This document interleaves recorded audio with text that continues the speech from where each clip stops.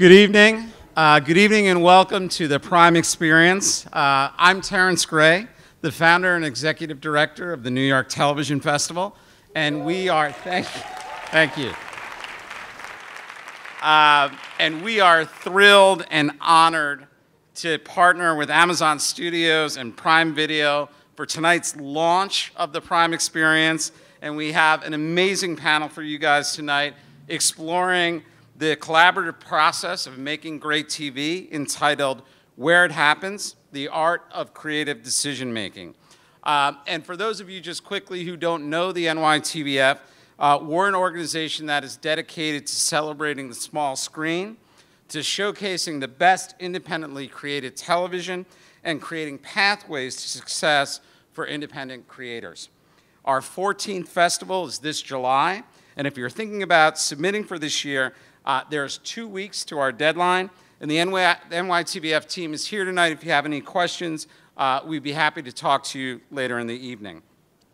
Following tonight's panel, you guys will have the opportunity to explore the Prime Experience, which includes interactive and themed rooms throughout the athletic club. It is unreal cool. It is, wait until you guys see this. The first floor features the world of the marvelous Mrs. Maisel, where you can travel back to 1958 New York City. It is a must-see for any fan of the series. There's also a themed room for the Grateful Dead documentary Long Strange Trip, which features an awesomely cool paint-by-light photo booth. Very, very cool. And then upstairs, you can have a deeper dive into Prime Original Series, Mozart of the Jungle, The Grand Tour, Philip K. Dick's Electric Dreams, and The Dangerous Book for Boys. There, you can literally conduct an orchestra on your own with a specially built experience using motion sensor technology. Again, incredible. View a light show choreographed to video for Electric Dreams, and get your makeup touched up by expert makeup artists in the Last Looks Lounge. Pretty cool. And in addition to tonight's event, Prime Video is working with a number of influential companies to present events throughout the next 2 weeks.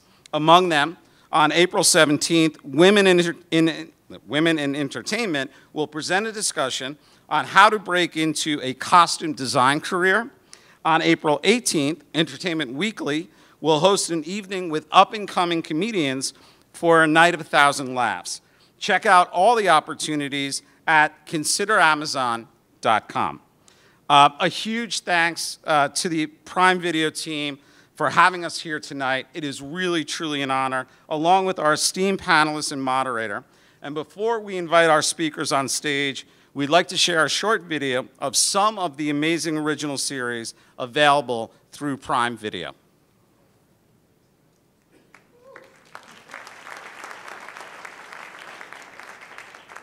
Woo.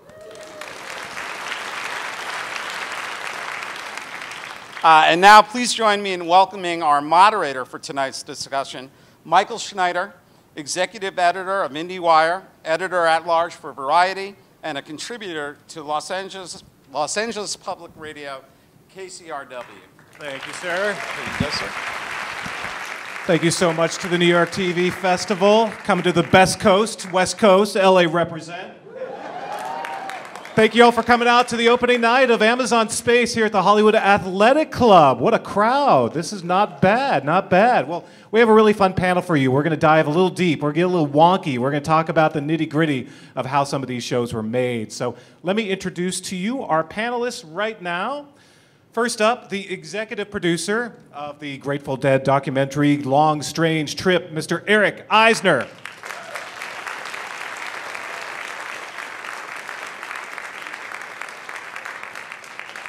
She is the music supervisor for The Dangerous Book for Boys, Yvette Matoyer.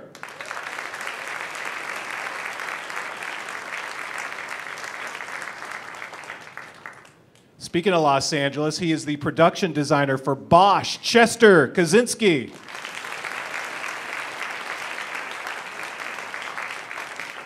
And she is the production designer for Sneaky Pete, Diane Letterman.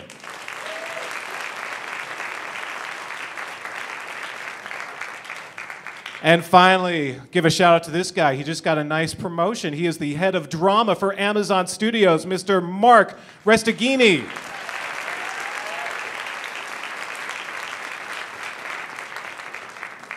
What up, Mark? Hi. How's it going? Thank you. Thank you all for coming out tonight. This is your jam. This is your studio. This is your place. So Very proud to be here with our fellow panelists and for you guys to check out the installations afterwards. yeah, it looks amazing upstairs. So obviously everyone needs to check it out afterward. Well, we're going to kick things off by kind of going through a little rundown of what all of you actually do, what your day-to-day is like, what is your life like. And Yvette, actually, I want to start with you because you have the job that I think a lot of people probably come to you and say you've got the dream job, right? You probably hear that all the time, like, that's what I want to do. I want to be a music supervisor. I love music. I want to be out there, and I want to, sort of score a show. I want to figure out what great songs should be in a show. It's not that easy, though, right? It's funny, we hear that all the time, and I hate to even pull back the curtain, Give us the truth. Well, a lot of our time is listening to music. I mean, that goes without saying. We're certainly scouring music blogs. We're on Spotify. We're listening to music in our cars. We're listening to music at home. But beyond that, our gig entails negotiating. We're on emails pretty much, all the time. We're reaching out to labels and music publishers. There's, looking for songs that we want to license, and sometimes we might not be able to afford, so there's definitely negotiation involved. And, oftentimes we're required to be on set, for certain on-camera performances, and, there's choreography involved. There's a lot of behind-the-scenes work besides just listening to music. And I just would like to preface and say that I am co-music supervisor Thomas Golovich, who owns the company that I work for, Super Music Vision. We work on Dangerous Book of Boys together, along with Sneaky Pete. Yeah, well, very cool, very cool. And for something like Dangerous Book, is there a specific style of music that you gravitate toward? Or does every show sort of has its own unique audio style, right? Absolutely, and specifically to Dangerous Book for Boys, which is a beautiful series, we had to really do some investigatory work about what would be the sound of the show. It's about, three young children who lose their father, and their father creates this book, this wonderful book, and it's kind of like a how-to guide to have adventures, to enjoy life. And, as far as the music goes, we wanted to find something that felt organic, and, we used organic instrumentation, but something that was connected to kids, but that, adults could enjoy as well. And so we did that. We found a lot of great music. We had a new song created by the artist Andrew Bird, who's a wonderful singer, songwriter. And it gives us an opportunity to do that. All right. I still want to just believe that I can sit there and listen to music all day, put together mixes, and then boom, that's my job. But weekend. Chester, talk a little bit about what your average day is like as a production designer. My average day starts, it sort of flows differently from the very beginning of the show when you're in prep to sort of as you go through the transition when you're filming. Early in the morning, I start. If it's prep, I'm out scouting because our show Botch is a heavily kind of like location-based show. We do have a lot of sets, but we have a lot of locations. And I'm on really early on the show, and we go out, I bet like 10 hours sometimes a day, day in, day out. And I try to grab some time just to begin the conceptualizing of some of what the sets are going to be, what are we going to handle this episode, and it just fills up the whole day. You start to do a little drawing, a little sort of begin some maybe 3D modeling on the computer just to get some initial ideas, and research, tons of research. So that sort of fills up the very part of the day, the first part of the show. Well, take me to sort of Bosch is interesting because it's obviously based on the Michael Connelly books, and so there's a lot of visual sort of explanation in the books. You sort of have some idea, and then of course in the scripts that are based on the books. How do you sort of translate the images of the showrunner and what sort of he has in mind or she has in mind? How does that go from page to Well, actual screen? Some of the books we started off with were written in a different time period in the 90s, so we have to kind of translate that in the present day. And we try to stick as close as we can to some of the locations that are important for the story that are in our script. Some are modified, some are changed to adapt to the time period. And we really go after, and sometimes very, very strenuously, all the locations that are written and sometimes in the book. We try to capture the same feeling because we explore Los Angeles from the books, cover the whole city of Los Angeles. We go from the east to the west to the north to the south. We go to every neighborhood. And so we kind of like try to get that. If we can't get exactly something, we try to get the emotional and visual kind of twin of it to put into our show. Yeah, and the upcoming season actually, it spends a lot of time at Angel's Flight and the Biltmore Hotel and some really iconic downtown locations. A lot of those existed. In fact, we shot in a section of the original subway tunnel built in the 20s. We had to go through a whole process to get permission to shoot down there. We did some modifications, and we try to. The next series that's coming up is really heavily based more in downtown Los Angeles. Some of the iconic kind of locations, architectural buildings that we used.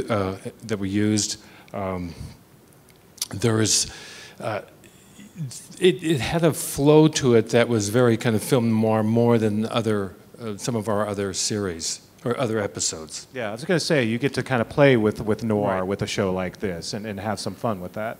Yeah. Dan, from your perspective, give me a little bit of your day, and it's probably a little similar to what Chester was talking about, but... Very similar to what Chester is talking about. We spend an awful lot of time in the van. I spend my life driving around in a 15-pass van, which is not as fun as it sounds. No, it honestly sounds a little creepy, to be honest. But yeah, it's like Sartre's No Exit. You just never leave the van. But we're constantly prepping. The big difference between film and television is that when you prep a film, you prep it and then you shoot it, and happily you get to spend some time on set. You get to watch the shooting. You get to participate. But in television, you're constantly prepping. And that, on location-driven shows, which both of our shows are, you're just always prepping the next episode. So it's very strenuous because you need that design time also. And you have a director that's shooting his episode, or her, hopefully, every once in a while. Yeah, ladies. And then you have your prepping director who's coming in, and of course everybody wants attention and everybody wants their due diligence done on their episode, because of course they want their episode to be the best episode. So so it is a very strenuous activity. Doing a television show, it just is never ending, and my days are often over 14 hours, but I need my time in the morning and in the evening to design. Yeah. You relish that design time, and you don't very often get it. And then you have a very hungry crew who wants to be told what they're going to be doing, and you need to give them direction. And as Chester pointed out, a big part of our job is research.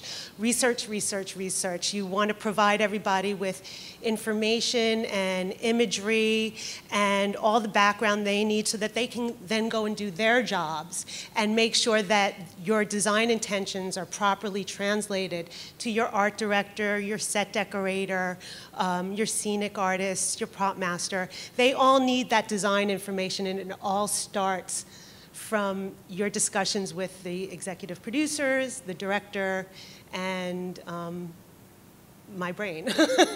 Well, you mentioned it's true. Both shows are very, very heavily on location. So that sounds like much more of a challenge for the two of you. But at the same time, you sort of relish that, right? You wouldn't necessarily want to just work on a show that was standard set and there wasn't much challenge when.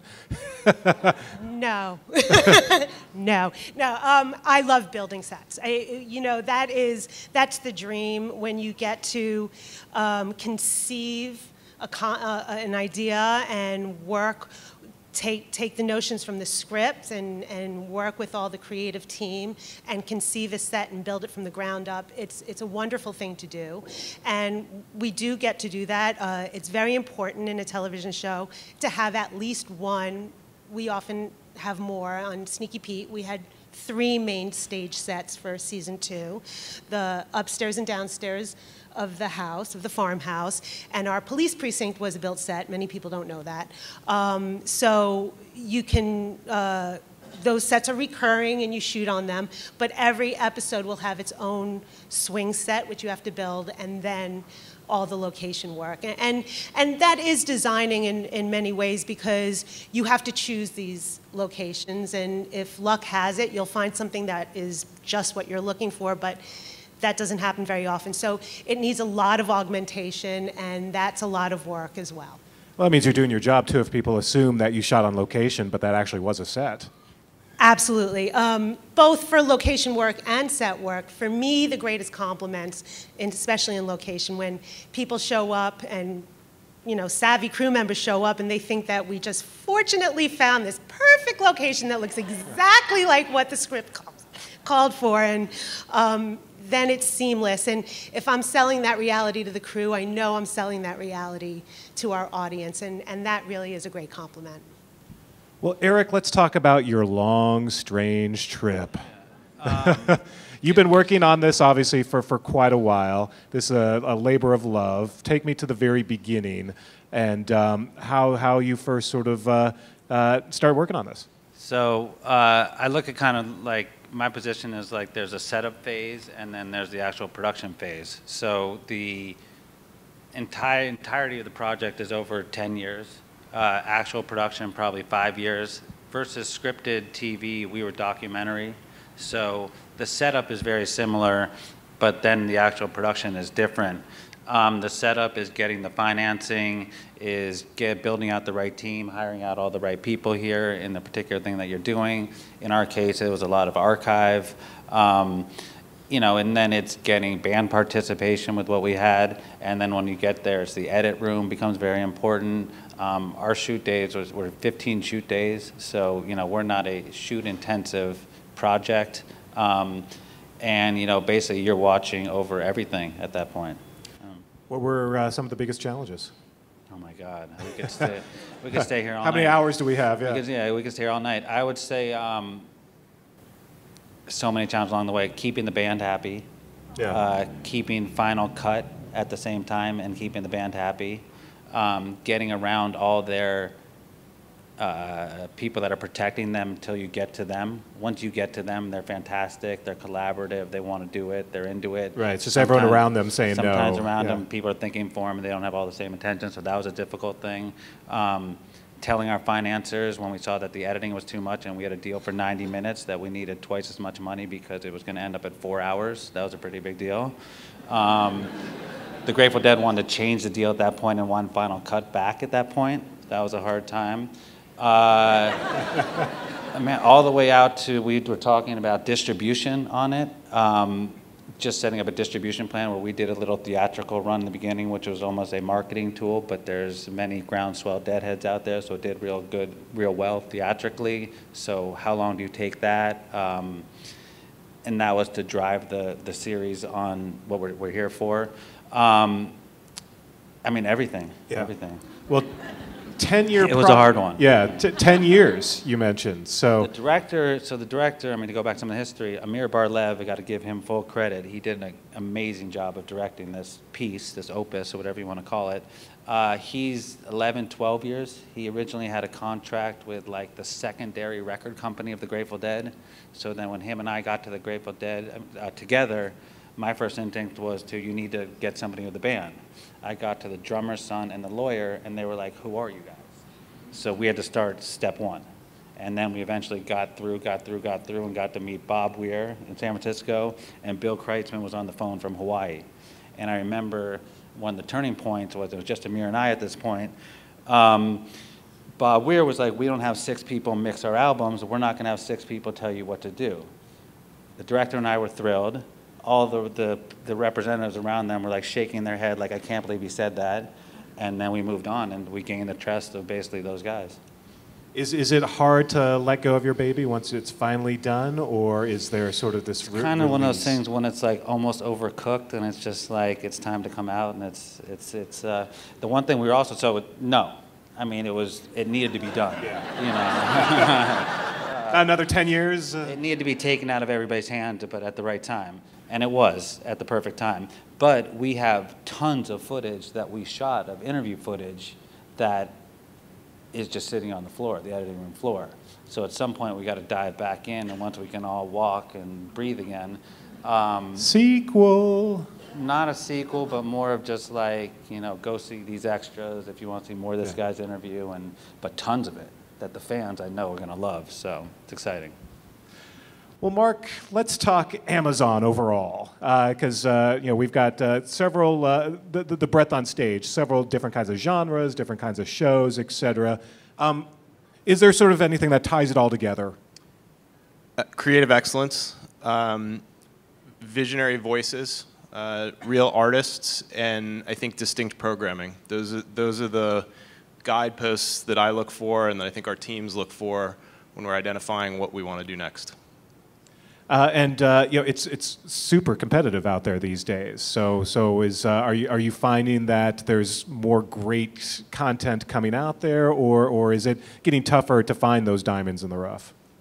There's a lot of great content. The challenge is once you identify a creator that you want to be in business with and a team that you want to work with, and you choose to make something, it's really finding a way for that show to reach its intended audience. With so many options now for viewers to stand out in a landscape that has 400 plus television shows can be challenging, and that's certainly something we think about, and we aspire to reach the right people and really entertain our customers that way. Yeah, if you like Bosch and you like free shipping, there's something for everyone. So. I'm curious about the origin stories for all of you, how you sort of got in this field, and the process to get to the stage that you are now in your careers. And anyone can jump in, but did you expect that this was going to be your career? Did you always want to be, say, a production designer or a music supervisor, or was this sort of serendipity that you ended up doing what you do now? I always knew. If you ask my mother, when I was 10, I used to make elaborate dioramas as my school projects. So she kind of knew. Yeah. And every other week she'd come home and my bedroom would be completely rearranged. So it started really young. I studied art. I studied theatrical design when I was in school. And I didn't exactly know it was going to be film. I did think at a certain point, well, to my mother's dismay, at first it was an artist, and she was like, oh no. No money in that.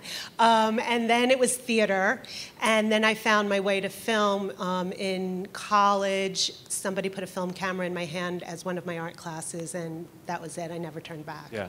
What would you say was the sort of the first big breakthrough project that you worked on that kind of set the stage? It's funny. I've been asked that question, and when I was younger, used to ask people who I deemed as successful, what was the big breakthrough? And there really isn't. It's a slow burn and a progression of building and finding your way and finding projects that excite you and stimulate your creativity. And those are the kinds of projects I try and work on. I really, it's not about money for me. It's not a craft that you do make a whole lot of money at.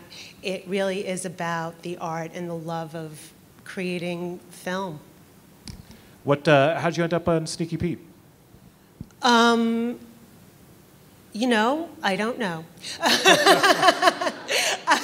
I got a call, and they were like, Sneaky Pete, we want you. And they were going into their second season, and they very much wanted sort of a redress of the look of the show. And truthfully, I hadn't watched it until then. But I watched the first episode. But everybody out here has watched it, right? Again and again and again. That's yes. why it's called binging. It's you know, you quickly get up to speed, boom. But actually, I turned it on, and Giovanni, who's just magnanimous and dramatic and draws you right in, and just an amazing actor and an amazing creator. He did direct one of our episodes, and You did a fantastic job. fantastic job. It was incredibly cinematic. But I ended up, they were like, oh, watch the first 2 before your interview, and I watched all 10. It just sucked me right in, and it was mysterious, and it was creative, and it was fun, and it was a yes, yeah. Yeah, and plus you get those Bryan Cranston notes, right? Absolutely. So that's awesome. And how about you, Chester? You know, was this something that you wanted to do, or how did you end up in production design? Well, I've always been drawing. I've always been drawing and creating things and sculpting things as a kid. Very similar. You know, you have that in you. Made some really great, well, I thought were fantastic, great student films in high school, which were, you know, that are hysterical to watch now. And We're screening one later. Oh, yeah, I've got it. It's called Puke the Saliva Demon. I think you'll like it. The special effects are state of the art, you know. Actually, Amazon just picked up 13 episodes. Congratulations. Yeah, you know, I think it could make a series, you know, a sci-fi series out of that. So I did that, and I really got more into the fine art. So I took a different direction than some other, you know, some of our designers. I studied fine art. I went to, did my undergraduate here in Los Angeles. I went to California Institute of the Arts.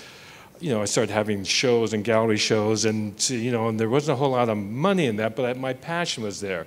I used to create sort of like 3D environments to walk into. So what I'm doing now is sort of a reflection on that.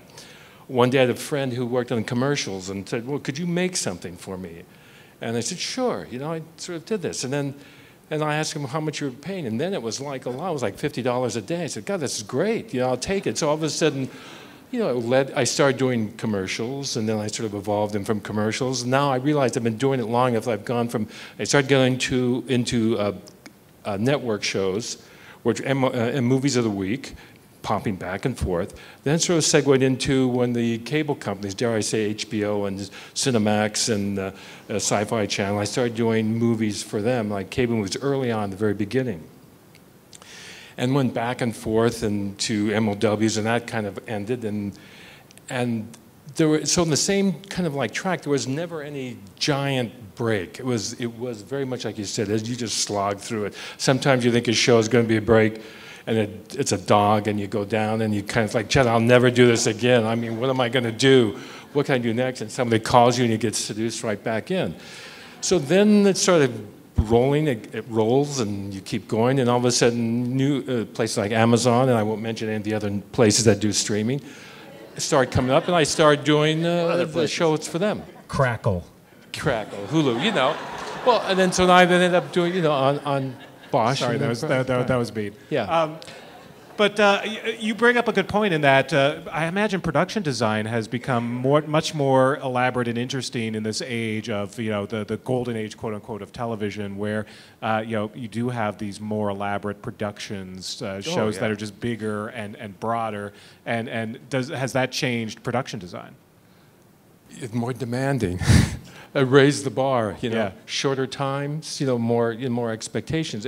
Because you're competing with features. Not anymore. In fact, now I think television. I'm not saying this because you're sitting there, but I'm really happy to work on Bosch and the quality of the show and the writing of the show. I happened to work with some of the executive producers before on another HBO show in New Orleans called Treme, and it's really refreshing to work on the writing, the quality of the writing, what they want out of it, and to get out of it. And it really makes the pain of the long hours and you know, and to getting there really worthwhile, because I've done a lot of crap in my time too. A lot of stuff that, you know. Well, you said you did some MOWs. Well, I won't Those say were that not. crap. It was just, you know, it was the time, and it was just some of them. You go, my God, you read them, and you go, oh God, this is terrible. It's But a job. It's a job. not on the shows recently, not on Bosch at all. They're all, I'm really impressed, really. I think the writing's great. Yeah, yeah. I was gonna say. I mean, it sounds like it's more challenging, but It is, again, it it's is. more rewarding because it looks on screen just. It works, and it is, yeah, it is great. It is a dream for me. I don't know if it is for you. I know it's a dream for you too. It's a dream. Can I speak for you? It is a dream. I grew up in independent film. That's where I learned my craft, doing very low budget films in New York and then bigger budget films. And now with television and the kinds of programming that Amazon is doing, really the shows and the way we watch them, it's long form film. It's not traditional television anymore. And the writing is superior, and it is exciting to work on all these projects. The challenge is that, when you work on a film, it's a 2-hour project. When you work on a series, it's 10 hours. And it's exhausting. Yeah. It is. But it's worth every minute. It is great. It is. It's like a long movie, and you really can get into it, and the characters, things, and the sets. Yeah. Well, Yvette, all right. So, how'd you do it? How'd you get this job? Like, how'd you music supervising? What's the pathway to that gig? Well, the interesting thing, I've been doing this for about 10 years now, and there really isn't a specific pathway that I could recommend, you follow, because, 10 years ago plus, there wasn't really, music supervision was just becoming known. It started to become a thing. But as a kid, I grew up listening to music all the time. My brother was a DJ, so I would just spend countless hours in his bedroom just watching him spin records on a turntable. And I know I'm dating myself, but... records are cool again. You're young. But yeah, I used to just sit and just literally just watch him spin records for hours, and then I would make mixtapes, for my friends. And I did that from high school through college. And it was around this time where I thought, well, how is there a way that I could do this with like television and film? Because there were a couple of TV shows that came out in like the 90s, and they had really cool music. They were bringing in artists to perform on camera, and I thought it was the coolest thing. But my career after college, I was involved in just production, and I worked in the production office. And, like you were saying, it's like 12, 14-hour days. But in the meantime, I was trying to find a way to hook up with music supervisors that were kind of popular at the time. Alex Patsavis was one, Thomas Golubich. And that was really tricky. Like, Google didn't exist back then. I think, we were working with Netscape. So, like, sending people email, like, at that time was very tricky. But Netscape hasn't come back. It never will. But so what happened was, while I was working in production, some of you may know this or remember, there was a writer's strike that happened back in like 07, 08. And so I was off of work. And so I said to myself, well, this might be an opportunity to take a class, if there's any sort of class that is on music supervision, and there happened to be one at UCLA. And so I took the class, and the instructor was looking for an assistant by the end of that class, and that's who I've been working for the last 10 years. So like I said, there really isn't a curriculum per se, not yet. But I am part of a music supervisors guild, and we are working on establishing a curriculum. But if there's anyone that's interested in this field, I would say listen to music, read blogs, and it is easier to contact music supervisors these days with Twitter and social media and so forth. So. Yeah, and the other, you mentioned that this is becoming a much more known industry and also job. And last year, for the first time, the Emmys actually recognized it with an award, the first ever Emmy for music supervision. So. Yes, which was awesome. I mean, there's a lot of talent, as I'm sure a lot of you are aware, who are fans of television and film. But, when you're watching these programs, a lot of times you might think music can make or break, what you're watching. And, for a time, I think that was taken for granted. So it's really nice that the Academy is recognizing music supervisors. Very cool. All right, Eric, give me your sort of your pathway story. So 2 things I definitely agree with, that is it's a long road. No matter who you are, it takes a long time and a lot of work to get there, and there is no singular path in it. I was born in LA, it's kind of in my blood. I went to school back east and was an English major. I think it's kind of about storytelling at that time. You know, I think we're all kind of storytelling in a way. For me, my moment in my head, which was a big thing, in a way, is that there was a show idea that we liked and my friends and I were talking about, and we actually went to this tournament, filmed it ourselves, cut it together, got it sold at ESPN. It was even too young to realize what a big deal that was and how hard it is to actually get a show on the air. It was a team effort, but you have to go in the door with something. Even if you get in the door, you need to have substance. So that's, I think, the key, and you build yourself up and you train yourself to get to that point. And once you do that and you're kind of established as known as someone that has a creative eye, that's kind of what you can do. And I think the key now is that, in a way, everybody has a camera. So everybody has their iPhone now. And what I suggest to people when they ask me is, I said, if you really have a desire to be a director, a writer, or just a storyteller, is that you're holding it in your hand, so just start shooting. And then you'll see if you're good. And if you want to tell a little story, and I even saw a commercial for a setup where they put up a boom rig, and it feels less of a phone and more of a camera. So literally today, everybody has a camera. So everybody can be a storyteller, and then eventually I think the cream will rise to the crop, and then you can get there. So when you're putting together a team, a creative team, what are you looking for? Is it generally people who you've worked with in the past, or people who... So it's a great question. Certainly competence. Absolutely. Creative competence is a must. Being rational.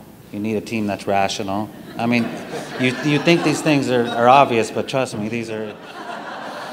Especially in this... oh no, Eric, we're in Hollywood. That's not obvious. I live in New York, so I'm removed for a second. So you need a rational team, talented team, and you don't need ego-less, but you need, when it's time for someone to check their ego, they need to check their ego and let somebody else run. And talent. On the flip side, Mark, what makes a good pitch when people come in and do pitch? What resonates with you? What kind of, should they have a huge Bible? Should they have mapped out several seasons, several years of a show? What is it mostly IP that already exists? What sort of resonates with you? It can depend on the project and the particular pitch, but I think first and foremost is a clear idea. What is the show? What is the world? And then having a sense on our end that the person who's coming in that wants to create this is well suited and matched for the material. And usually the best projects that I've been a part of originate from a creator, a writer, filmmaker who has to do this particular show. It's not a piece of business. It's not maybe I could do A, B, or C. It's I want to come in and tell this story, and here's why it's important to me and it's personal to me. That transcends everything else. And then in terms of the logistics or the specifics, giving a sense of what the show is, a sense of what the first episode would be, what the pilot would be, a sense of the first season, and what kinds of legs the show might have, how you would go on to hopefully a successful run, second, third, fourth, fifth season. Is there any example in particular of something that you weren't expecting was going to be amazing, but they came in and they just killed it, something that maybe even on paper didn't necessarily make sense, but then by the time you met with them and saw their passion and realized there's something more, that it just took off from there? I'm sure there is. There's not something that immediately comes to mind. What I would say, though, just in terms of the specific person and concept matching, as you'll all be able to see later tonight, the exhibit for The Marvelous Mrs. Maisel, that was a show that Amy Sherman-Palladino, I think, is destined to create. It is so specific to her voice and who she is. And as soon as we sat down with her and she mentioned what the idea was, and you could see what she was going to bring, both from her own heritage, her experience, and what her vision was for it, it was the perfect match of writer or filmmaker and concept, and that was sort of undeniable from the beginning. Yeah, it's the classic write what you know, right? And or write who you know. in that case. Yeah, Maisel in particular, that's a show that really resonated with people. Internally at Amazon, was there a eureka moment when you guys said, this is it, this is something that is really going to take off and really resonate with crowds? I don't know if there was a single moment. I mean, it was something that we were very passionate about from the initial meeting with Amy, and then certainly when we read the script, just her writing is phenomenal. And then, you know, at each step of the process, I would never say we were surprised, because we know how talented that she and Dan Palladino are, but they just kept raising the bar when we saw the first cut of the pilot, and even during the casting phase when we first met Rachel and the other actors that we were lucky enough to be able to cast in the show. Well, Amy is a good example of a showrunner and executive producer who's got vision. I mean, going back to Gilmore Girls and Bunheads and all the other shows that she's done. Talk a little bit for those on the panel in working with showrunners and producers, especially ones who have very strong vision. And when do you come in? What is that give and take? When does the production designer or the music supervisor come in and start to play a role in all of that? I start very early on in the process, and the first thing is, I'm very lucky in the show we get scripts really early. I get usually 2 scripts when I come on, and I talk to the showrunner, I talk to the writers who've written those 2 particular episodes. And I also have an advantage at this point, because when you're by season 5, you have a certain shorthand between everybody, and you have already kind of like a visual through line that's sort of going through the whole episode. But you come on, you start throwing up ideas, and right now I think the best thing is nobody says no. No one tells you, you can't do that, or that doesn't work. I think it's a good time to produce for me, and they're very good in our show. We just throw up ideas and let's just see where it goes from that, and that what happens is it starts distilling all these different ideas, because sometimes they're very clear from the showrunner and you follow that because that's very important and there's something about the story. And other times it's very vague. There may be just, if you had this, just a scene written with some dialogue, and they say, oh, it could take place, I don't know, work it out, figure it out. So then what you have to do is kind of fall, to me, as a designer, you have to see where is that in that particular episode, what comes before, what comes after, have we been in these scenes, have we been all inside in a really busy, noisy place, so let's find something outside, maybe a very simplistic kind of location where there's no visual noise, and it's kind of a calming, because I think it's real important to get a rhythm. And each episode and each series has that rhythm, even though there is a connection from all the previous episodes. So at the beginning, it's just ideas, talking about it, and working out and getting in tune with the showrunner. And I'm curious, the emails that you might get from showrunners in terms of, I really want this song, and you say, that's a Rolling Stones song, we can't afford that, why don't you do this one instead? What's that kind of give and take like? You know what, each production is different. I guess the benefits of working with a group of producers who are confident but collaborative is that, yes, they will have their own ideas of what works, but they will be also open to our suggestions. And to your first question, we're often brought on board, at the beginning of a production as well, and it allows us to have an opportunity to brainstorm. And so what we do is put together mixtapes. We'll find out, where is the season taking place, what time period, who are the characters involved, what are their histories, where are they from. And we'll start putting together just different mixes. And we're just, throwing everything, at the wall to see what sticks. And in that sense, that kind of helps inspire some brainstorming with the producers as well. And we start to kind of hone in on what the right sound of the show is. And oftentimes that might help with choosing composers as well, because we're often a part of that discussion. Thank you so much, everyone, for coming. This was fantastic. Great conversation with this great group. Good luck to everyone. And now go upstairs and check out the rooms. They look awesome.